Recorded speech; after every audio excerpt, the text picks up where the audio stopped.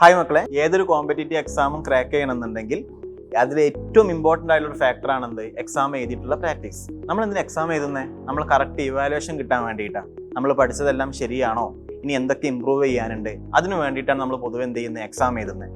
അപ്പോൾ എക്സാം എഴുതുമ്പോൾ നിങ്ങൾ ശ്രദ്ധിക്കേണ്ട ഏറ്റവും കാര്യം, ചിലപ്പോൾ നിങ്ങൾ എക്സാം ഹോളോട് ചെല്ലുമ്പം ചിലപ്പോൾ കുറേ ക്വസ്റ്റ്യൻസ് നിങ്ങൾക്ക് കിട്ടാത്ത ക്വസ്റ്റ്യൻസ് ഉണ്ടാകും.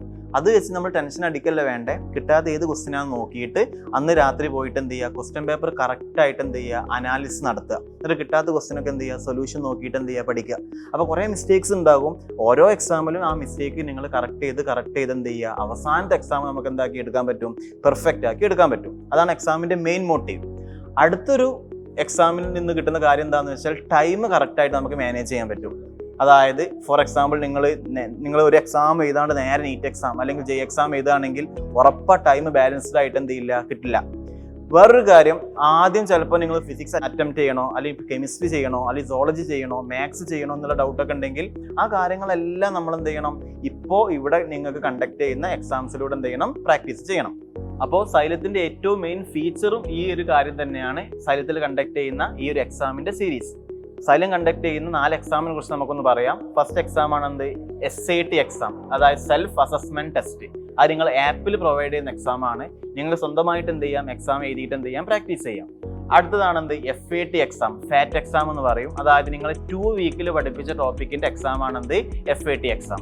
അതിനുശേഷമാണ് നമ്മൾ ഗ്രാൻഡ് ടെസ്റ്റ് കണ്ടക്ട് ചെയ്യുന്നത്. ഗ്രാൻഡ് ടെസ്റ്റ് എന്ന് വെച്ചാൽ 2 വീക്കിലുള്ളതല്ല, നിങ്ങൾ ഇതുവരെ പഠിപ്പിച്ച ടോപ്പിക് ഉണ്ടാവുമല്ലോ, അത് ചിലപ്പോൾ 1-2 ചാപ്റ്റേഴ്സ് വരെ ഉണ്ടാവും. അപ്പോൾ നിങ്ങൾ ആദ്യം തൊട്ട് ലാസ്റ്റ് വരെ പഠിപ്പിച്ച ടോപ്പിക്കിലുള്ള കണ്ടക്ട് ചെയ്യുന്ന എക്സാം ആണ് എന്ത്? Actually grand test exam.